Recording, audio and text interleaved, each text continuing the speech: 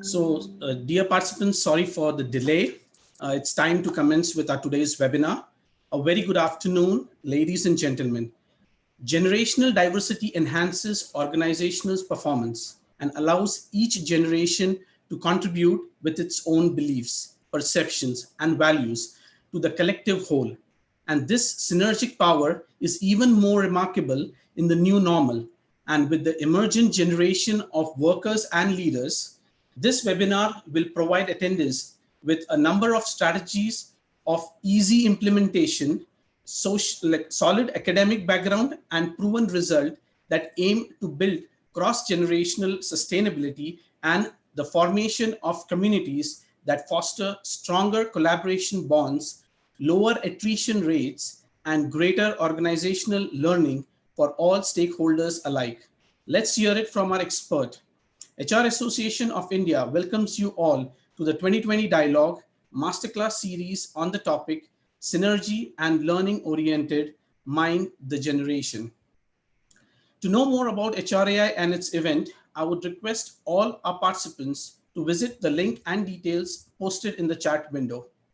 Request all the participants to kindly follow the webinar guidelines mentioned in the chat window. It would be great to have all the participants' feedback. We will be running a poll before the Q&A session. Request all participants to kindly give your feedback on the session. I now take the privilege to introduce our esteemed speaker for today, Ms. Silvia Breiburd, leadership coach, facilitator, and trainer, the Global School. Ms. Silvia's personal educational philosophy is founded upon a clear generation-friendly framework that propounds the need to foster a growth mindset in organization, develop cross-generational empathy, and implement sustainable leadership. She is a self-motivated individual who feels deeply responsible for the impact educators may have on students and colleagues' lives. She is also a passionate teacher and a keynote speaker, experienced team-making coach, and committed mentor, and above all, an everlasting learner who believes education leaders should always contribute responsibly, both locally and globally, to help members of their communities stretch their capacity to unknown horizon. She has 21 publications and 4 honors and awards to her name. You can also follow her on LinkedIn at the link mentioned in the chat window. Without taking much time, I now welcome Ms. Silvia Breiburd to take over the session. Over to you, Ms. Silvia. Good morning, everybody from here, Argentina. Good evening for you all. Well, I hope we can have great learning here. It will be great learning for me too. Peterson, I'll ask you to do me a favor. Could you please share the slides? We will have to make a great team. You will see why as soon as I start sharing them, but I trust you. And you will see that this is the great first rule, the great generational rule we should all remember. Trust your team. So sometimes things just happen and we have to solve them. And the idea is the following. Okay. So, okay, Silvia, I'm not able to connect the slide share that you have shared, the link that you have shared. Okay, it could happen as well. I'm just. Okay.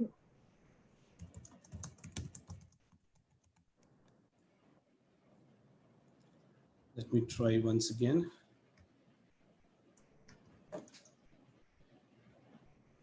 No, this site can't be reached. No? No. Okay. And this is not working either. So let's have a B plan. Let me tell you just without the images and see what I can get if I can pass on the message. All right. So, all right. So we have received comments where Our participants are saying that we can go ahead listening to you. Yes, definitely.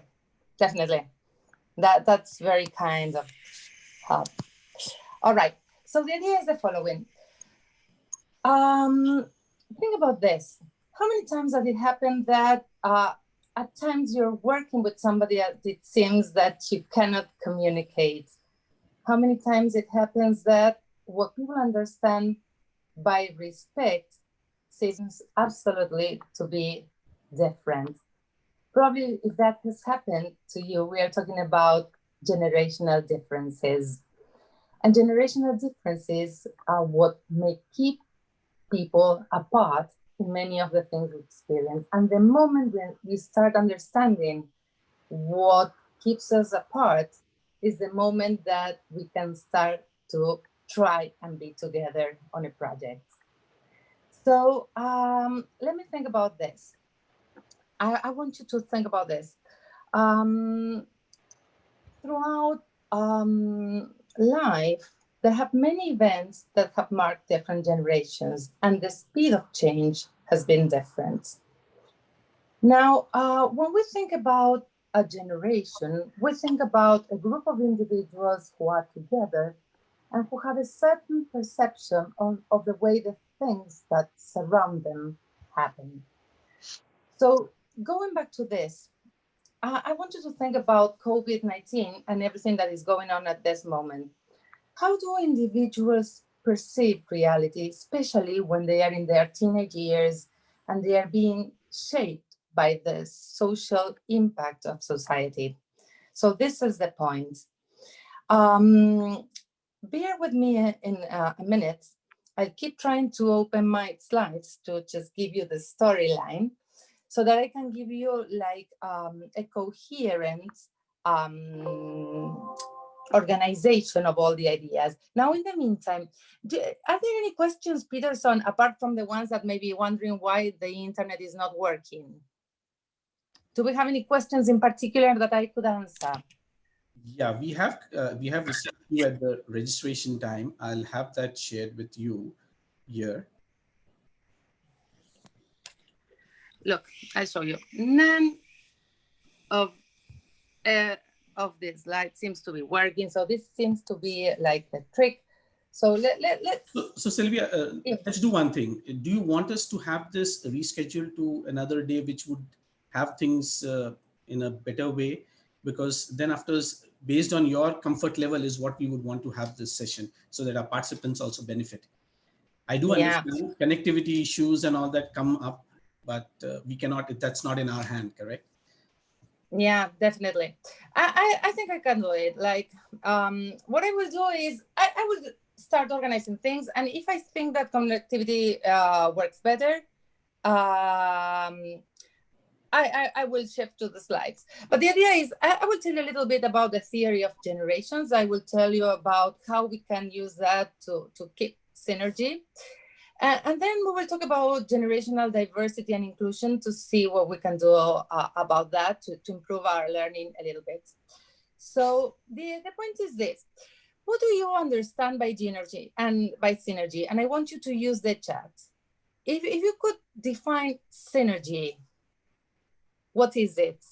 All right, so I'm reading you there in the chat. What do you understand by synergy? I know that synergy is something that worries everybody on human resources, and why not? Human capital is the most precious thing we have. The power to integrate. I love that. That's superb. Yeah, the power to integrate and how powerful integration is, for sure. Yeah. Okay, so let's put it together. Synergy is that better together. When 1 + 1 ends up being 3, and we have that whole that is more powerful than the sum of the parts. But in order to be together, we need this sympathetic understanding that generational theory gives us. So I want you to think about a generation. What is a generation for you?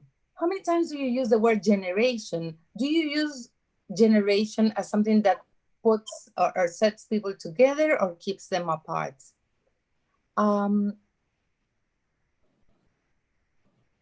Any ideas? Please write them on the chat.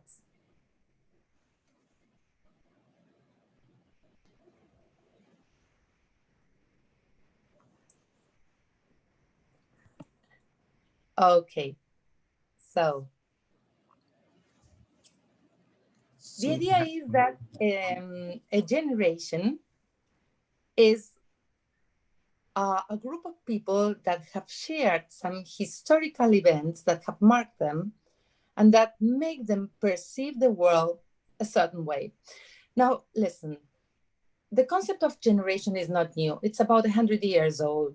And it was Karl Mannheim, an Austro-Hungarian philosopher, the one who talked about generations for the very first time.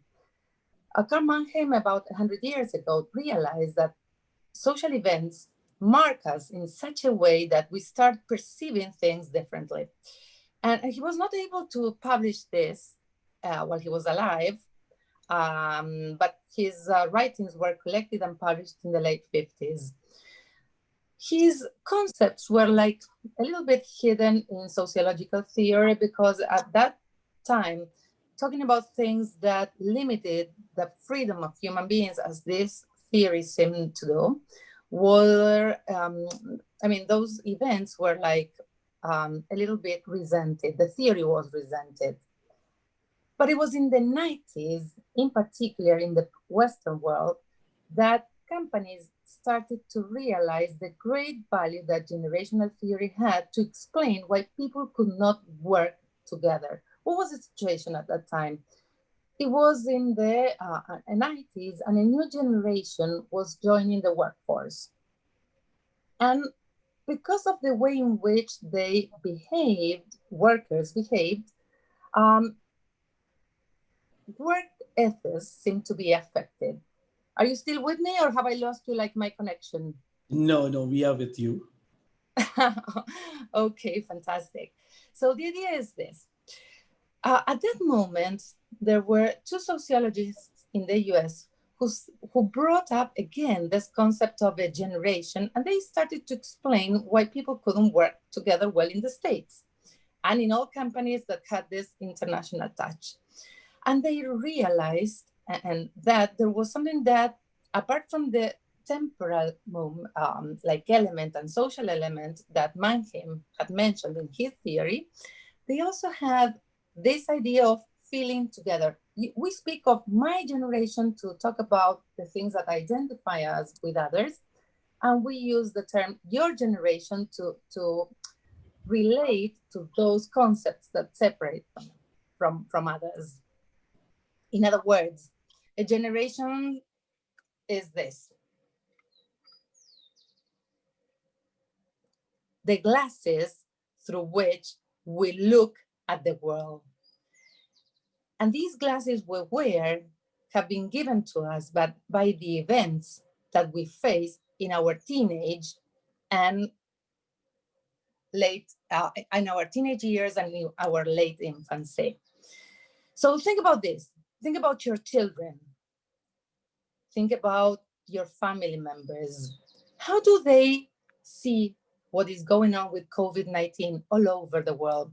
Clearly, an event such as this pandemic is shaping a generation. Now, it is affecting all of us, but it doesn't have that determining power it has as it does with our very, very youngs. So thinking about a generation is thinking about the way in which a whole cohort of individuals has been affected by sociological events. And that creates a perception of reality or a mindset, a generational mindset, which is a way of understanding reality, the filters through which we see what's going on around us. And that implies the workplace. Now, why is it important to have this generational perception?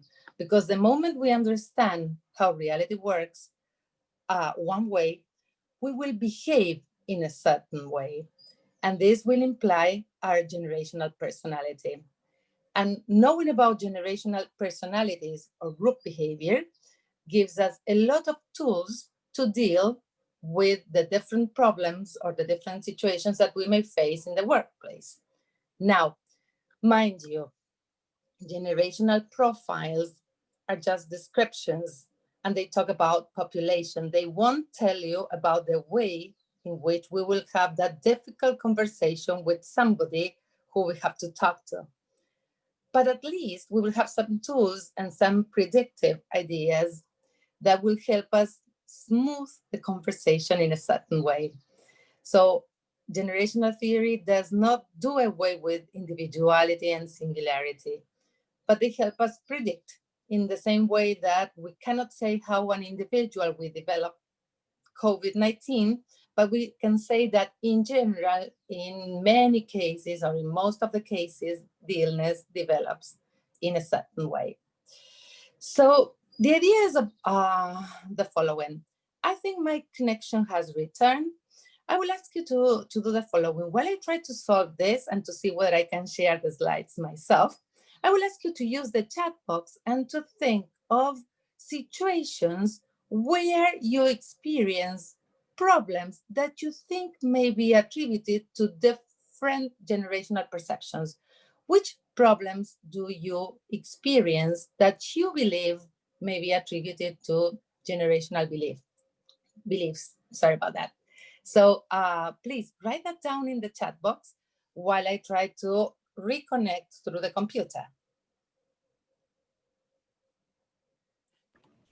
Sure.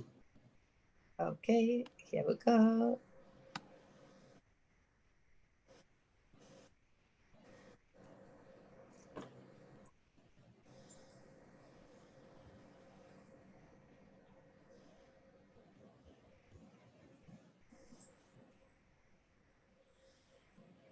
Request all our participants to kindly have your answers in the chat box.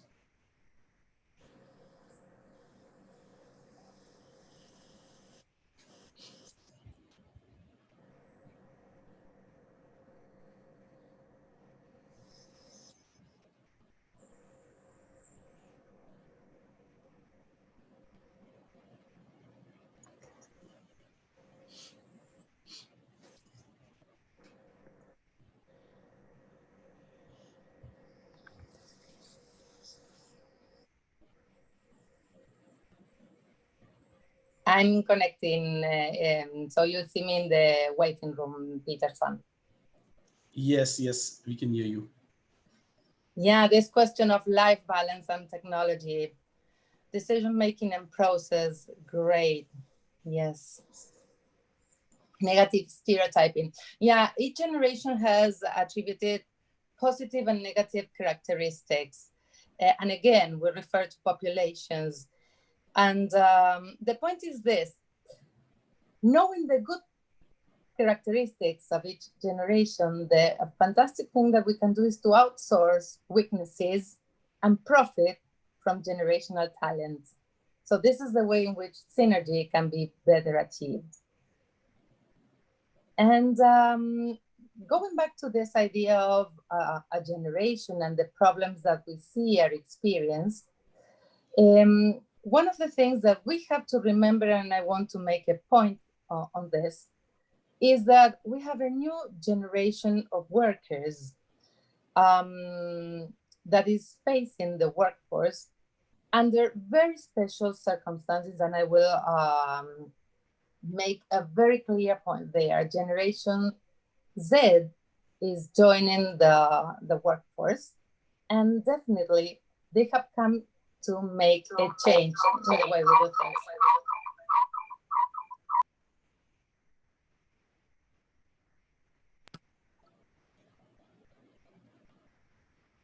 I'm here.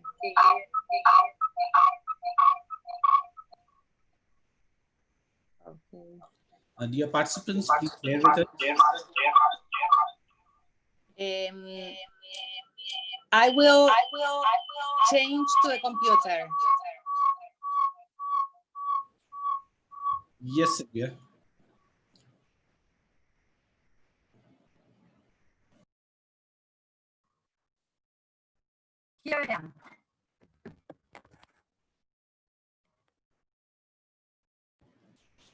Great to have you back. We can see you. Oh, let's see if this is better this way. Okay, so hello everybody. Nice to see you here in a different way. Let's see if I can do this for you, and I really apologize for all the inconvenience we are having.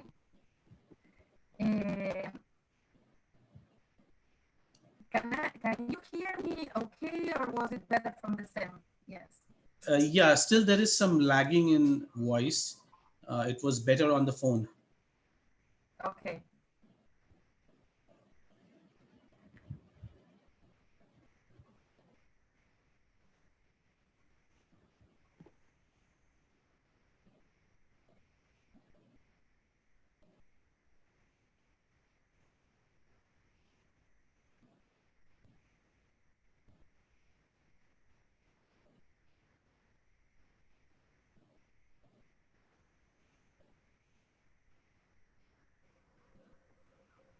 Well, all right. So here I am.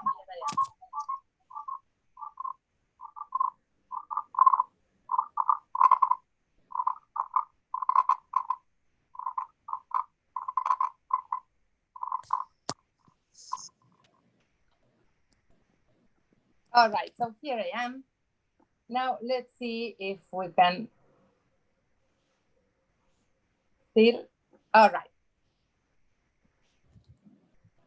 Yeah, so we do have comments that have come up in the chat window to the Okay, question that you had asked.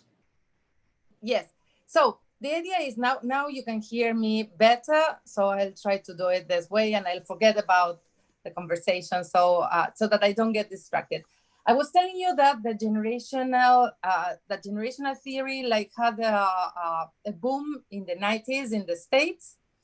And that happened just because people couldn't work together. But that was the coming of Generation X, a generation that followed the baby boomers in general, and that had a very specific perception in connection with how they approached work.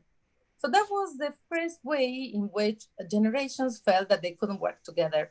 Now, at the beginning of the new millennium, a new generation joined the workforce. By the way, do you know what the difference is between Generation X, Generation Y, and Generation Z? Do you know your own generation? This is a good point. Now, I want you to think about this. Think about events that marked you.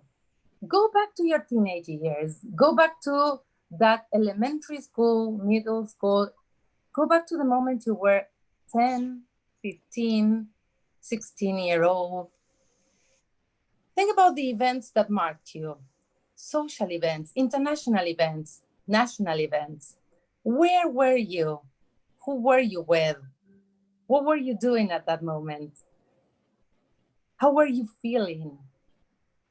Those are generational markers, those events that leave an imprint on you and that affect the way you will continue perceiving reality in the future.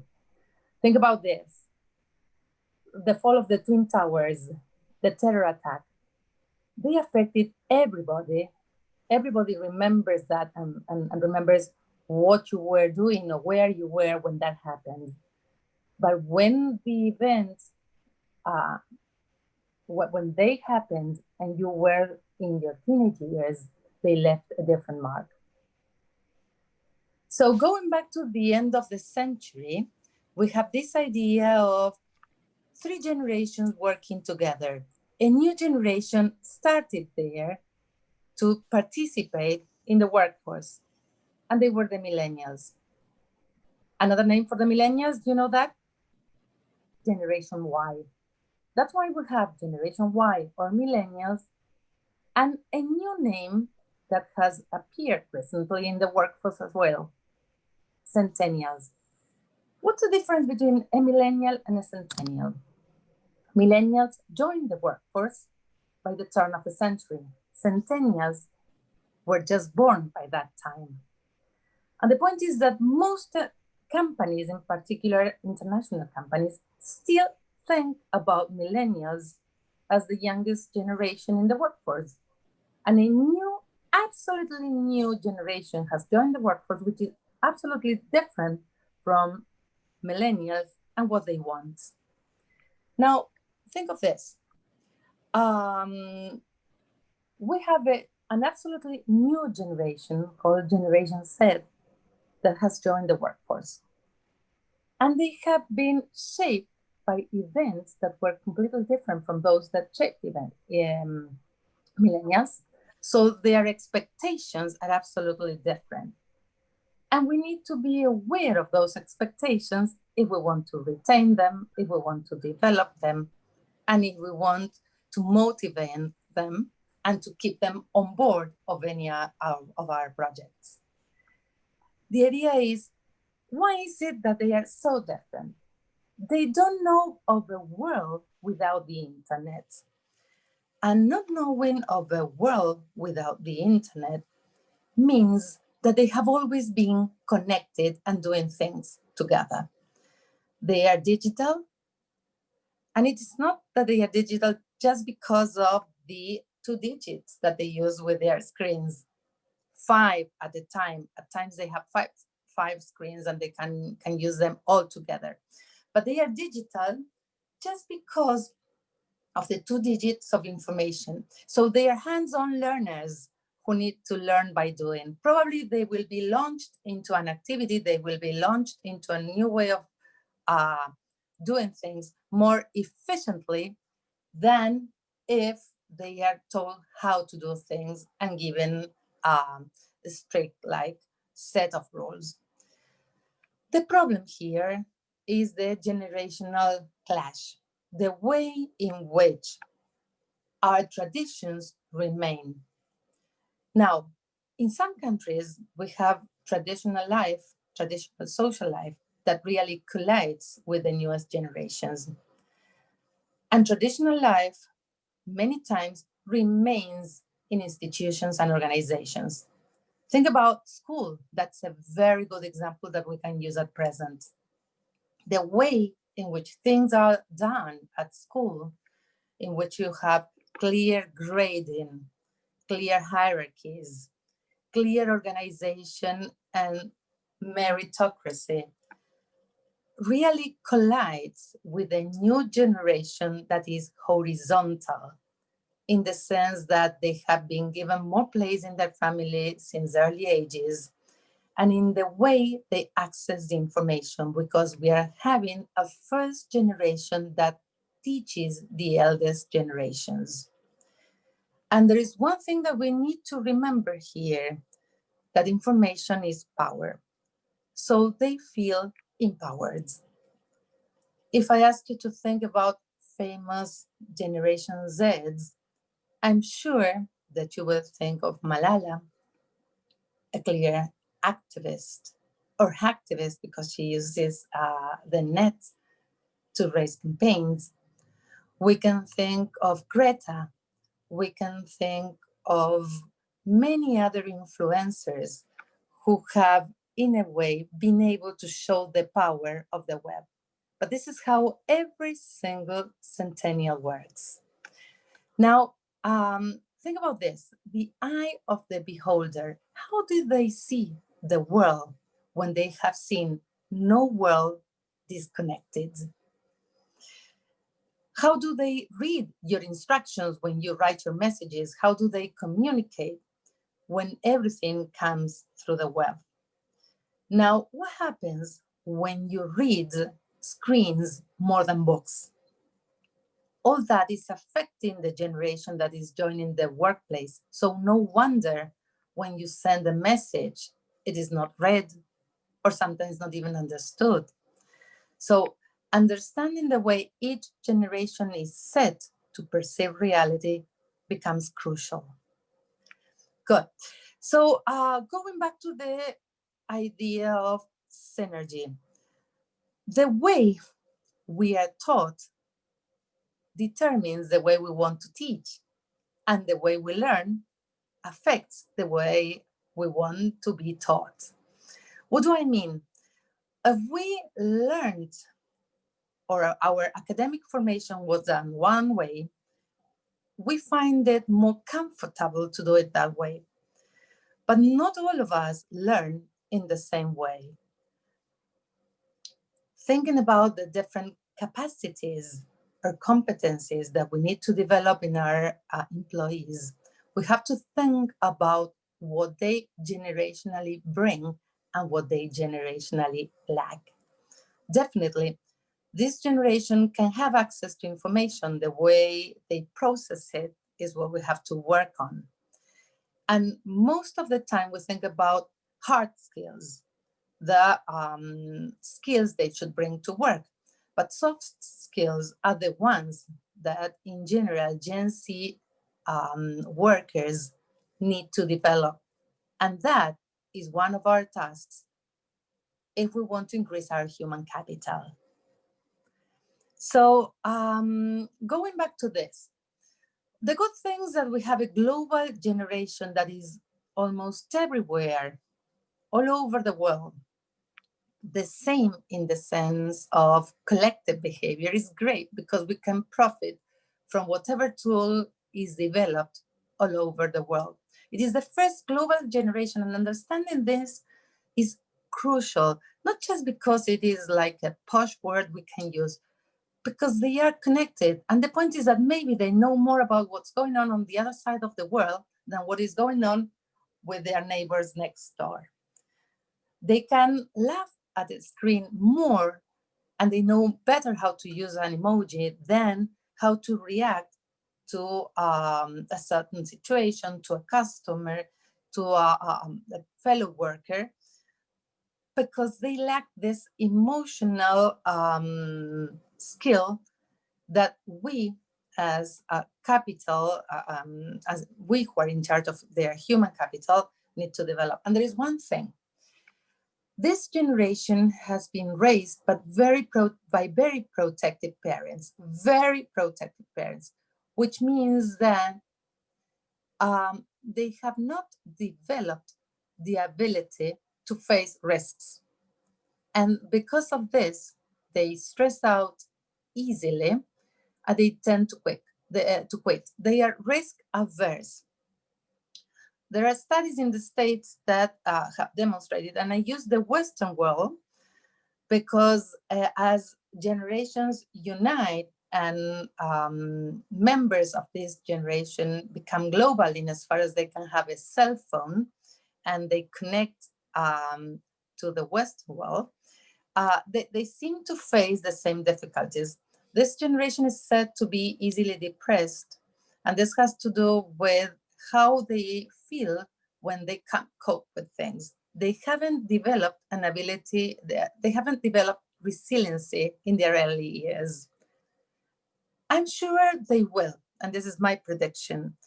COVID-19 is giving everybody the possibility of exercising 21st century skills like resiliency, like the capacity to deter gratification, to control anxiety in a certain way.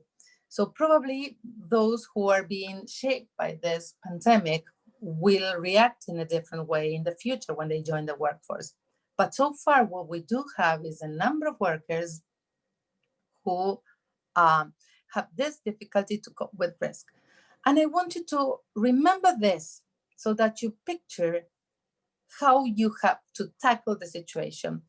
Jean Twenge in the States, she's a psychiatrist who is an expert on generations, has been able to put it in numbers.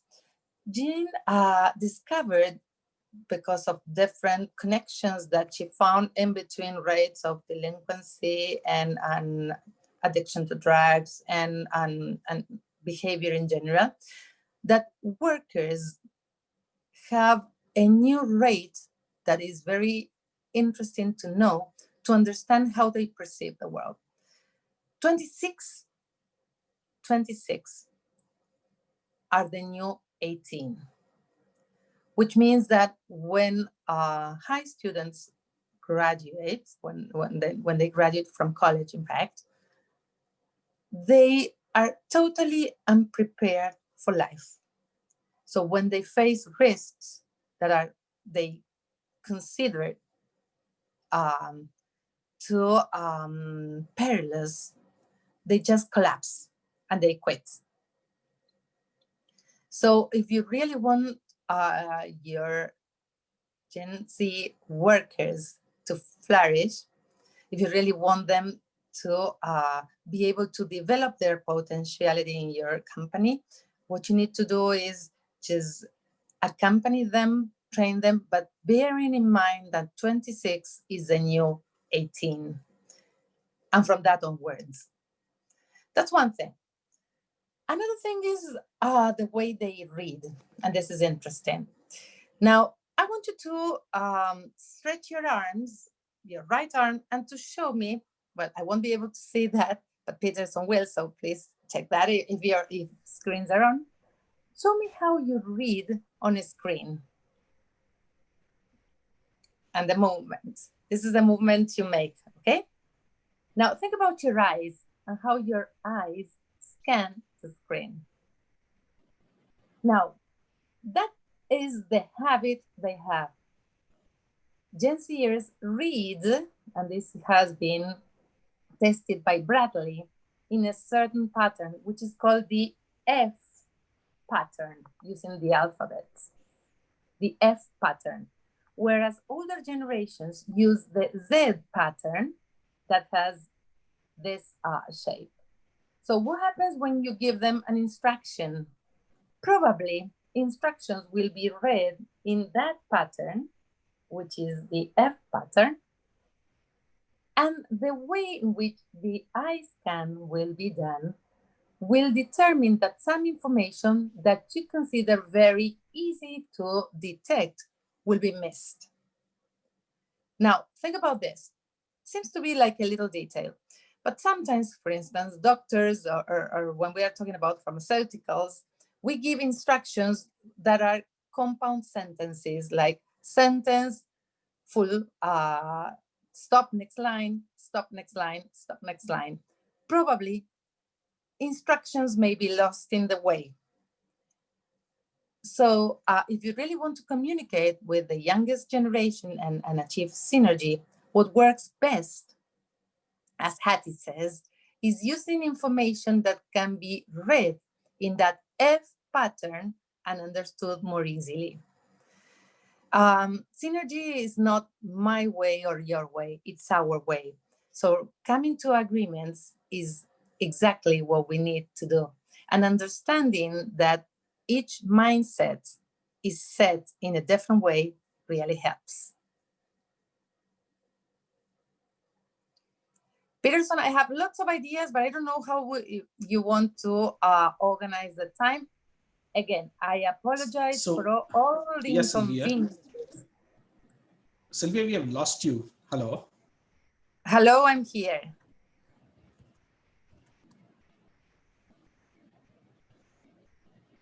Okay. Yeah, we had lost you in between. We do have a couple of questions. You would want to take them? Yeah, sure, definitely. I'm really going for my second opportunity. I need to solve this. Yeah. It's not possible. It's not happening to me. It's not happening to us. And participants need to have their session with all the images I prepared, with all the questions. So I'll try to make do for this. And I do invite everybody to send their questions, and I will prepare a supersized session for everybody so that their patience and their understanding is more than retributed. Yes, thank you so much. Out here, we have one question from Vanita. What competencies, capabilities, and flavor of culture do different generations bring to the workplace, and how an organization can leverage this to create a synergetic environment where employees can collaborate smoothly? I love that. That is the greatest thing of all, and that is what synergy is about. Think about outsourcing. Normally, you outsource what you don't have. So the capabilities or capacities that each generation has is what you should consider and outsource their negative traits. Now let's go little by little and think about the generations that we have at present in the workforce. Traditionalists that are in general, and this depends on different countries, and in India there is a little difference because as the youngest generations tend to assimilate much more to the Western world, and the eldest generations somehow have a little bit of differences. But let's consider that at present we have a very traditionalist society, especially in some family activities, not in international or corporate companies or corporations, but there you have clearly baby boomers, Gen Xers. Baby boomers are retiring, so just a few of them remain. We have Gen Xers, we have Gen Yers and Gen Zers. But let's think about this.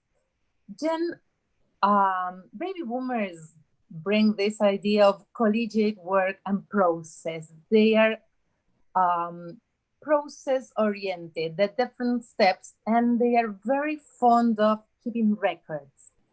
They are the ones who are great at organizing the formal aspects of all companies because they have the training and they have they are very well set to do that. After that, we have the Generation X workers. It's a generation for whom everything failed. And look at this, I wouldn't have been able to cope with this hadn't I been in Generation X. This question of overcoming difficulty, the whole world may collapse and you have to go on. It's interesting to understand the way in which Generation X works, because they are said to be, they have like the bad reputation of being latchkeys and lazy and the like. And the point is that when this generation was in their teenage years, the whole institutions of life collapsed. Think about this. Think about a child who sees that, for instance, this division between the Western world, like the Cold War, and all the idealistic views related to that collapse, the fall of the Berlin Wall. Think about this. Even the Pope got, and we think about those who are Catholic, right? But even God's representative on earth could be shot. Ronald Reagan was shot. So the state, in a way, and even religious power could be affected and collapse. And AIDS, like love or sex, could kill you. So think about that and think about what they thought about marriage and life and the way they approached relationships. No wonder this is one of the generations that starts divorcing a lot in the Western world. And not even family was an institution that had to be kept. I mean, I'm talking about generalizations, but I'm not stereotyping. I'm just talking about great populations of individuals. After that came the millennials, raised by baby boomers in a way that they were told that everybody won. So they are very collaborative and excellent at team making and absolutely good with technology. So they are great in all teams because they bring this idea of collaboration and collegiate work that makes organization run smoothly at times. But their way of approaching things, because they focus more on the product and not the process, started like colliding with all other generations. But the work-life balance was very clear for them. It is said that the millennial made 10 changes before settling down. So imagine that. Whereas the other generations spent their whole lives in a company, millennials stayed 2 or 3 years and immediately moved on. But they moved on with their studies. Well, they started they may start different courses of studies. They are very horizontal. They are the first generation that starts being more horizontal. And they make changes that allow them to have a little bit of everything. But in that way, we can leverage them if we find out as human resource specialists, if we can gather their capital, because they do have a lot of talent that can be applied to different situations. And then we have Gen Zers. Please remember this, they are different from millennials. They won't be changing that much. So be aware of this when you are trying to hire in them, in connection with the way you approach their families, because they tend to be very family attached. So whatever implies including their parents and their close family in activities will retain them. And they have this feeling that they have come to solve the problems of the world. So this is something that we should remember as well. They resent companies or corporations where the way in which procedures takes place does not resemble whatever is said about the company. So they want this corporate responsibility, they want sustainability, and they prefer working in very clear environments. So if we want to build sustainability and retain them, we do have to remember this. Good. Let me see what else. Now, Gen Zers feel that they have been trained by their parents to solve work problems. So giving them the chance of learning little by little to acquire those skills that are needed in any company, and giving them corporate responsibility in the sense of leading those campaigns that make the company better in terms of sustainability also works. Great. So this moves, before we move to our next questions, we would want to have the poll run wherein we can collect feedback from our participants. Okay. So while you all are sharing your feedback on today's session, would request all the participants to kindly also post your questions over this session in the chat box so that we can take up those questions post this poll.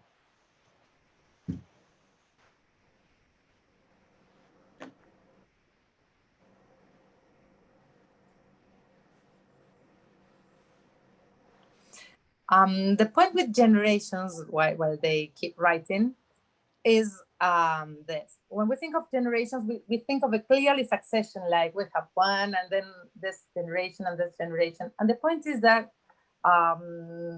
generational problems and generational gaps occur just because we have all the different ways of perceiving the world, working together and trying to solve different issues.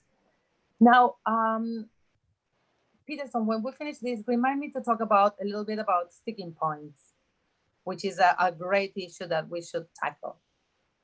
Sure, sure.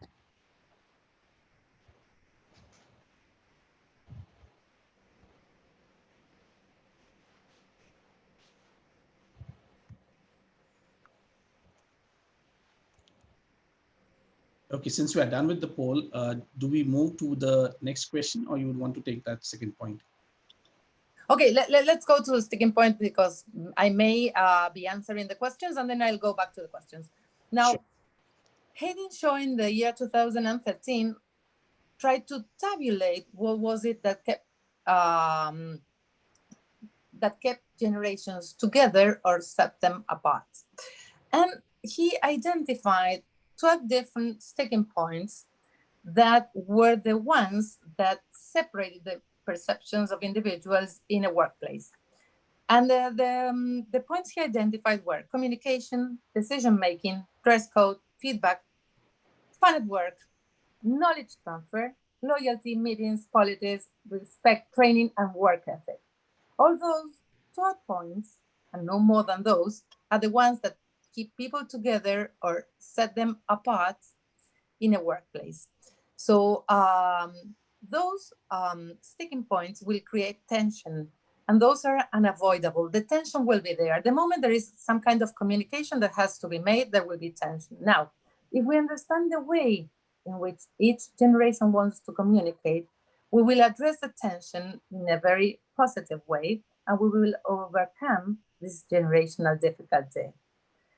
Decision-making, participation, and this is another problem which is very clearly identified in India, and where you have multinationals on one's hand, on the one hand, and more family-run businesses. Now, in more traditional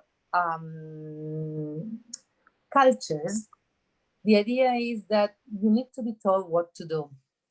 Whereas in those companies that are more affected by the millennial and the Gen Z way of tackling things, this is seen differently, and you want your freedom to make and to participate in the decision-making process.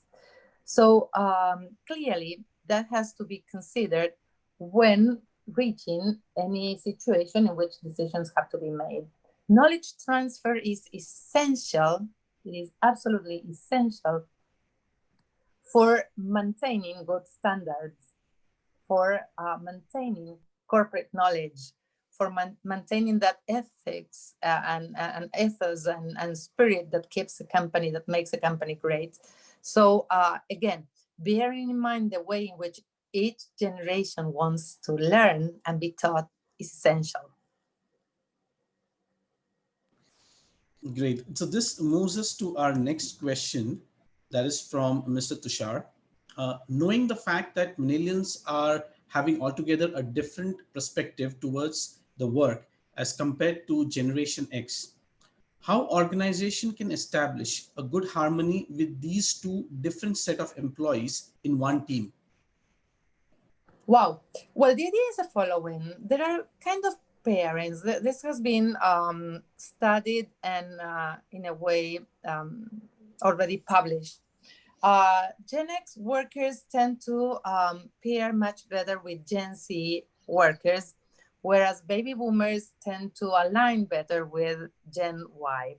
So having teams in which there is co-constructive or co-constructive collaboration, in which you have members of one generation and the other, make work wonders.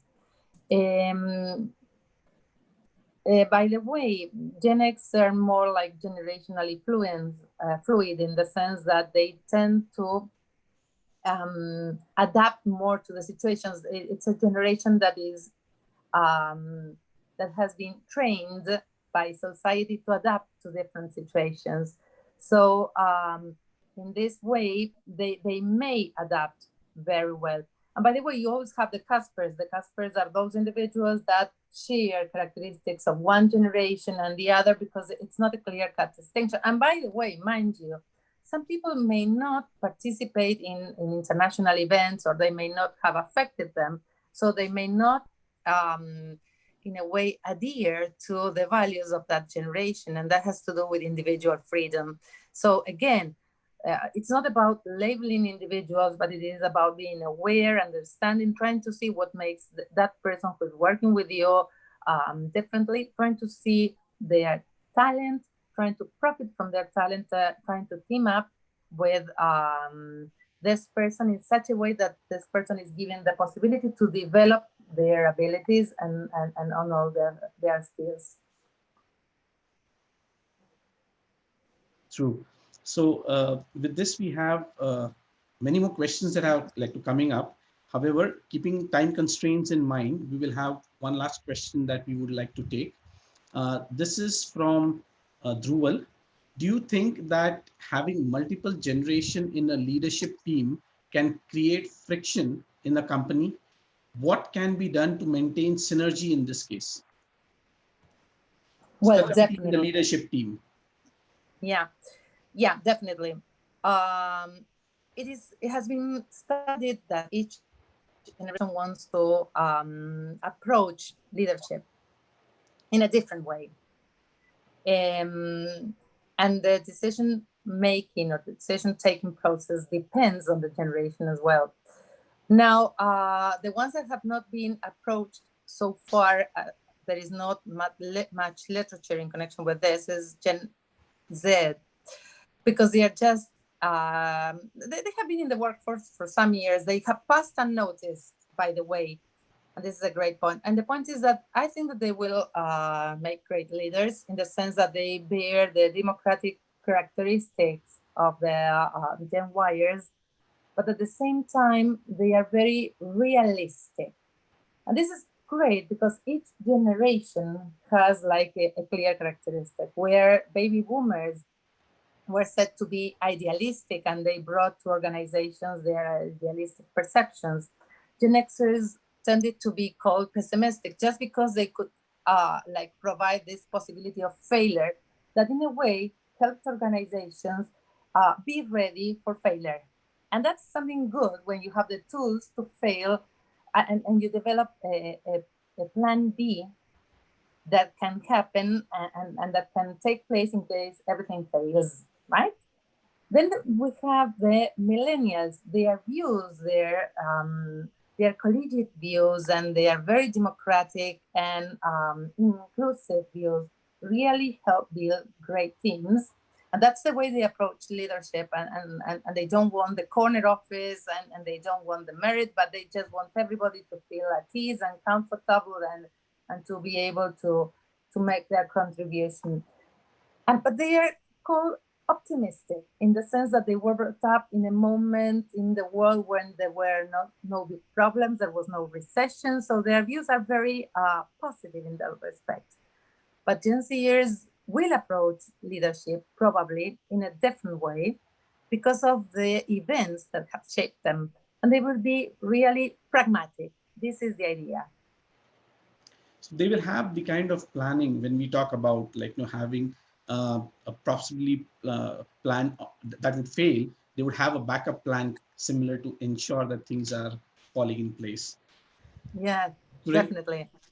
great, true. It has been a great session, an insightful session. Thank you so much, specifically when we talk about the entire synergy between different generation at a workplace, and also when we are talking about the co-constructive workforces. Thank you so much, Silvia.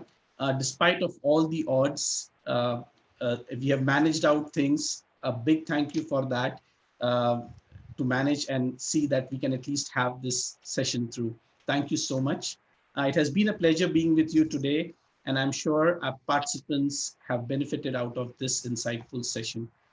Before we conclude with our today's session, we would also want to thank all the association members, that is Acacia, NASCOM COE, and LinkedIn Local, for supporting these HRAI events. To know more about these associations, request you to please visit the link posted in the chat window. Thanks. Thank you once again, dear speaker, and our participants for joining us today.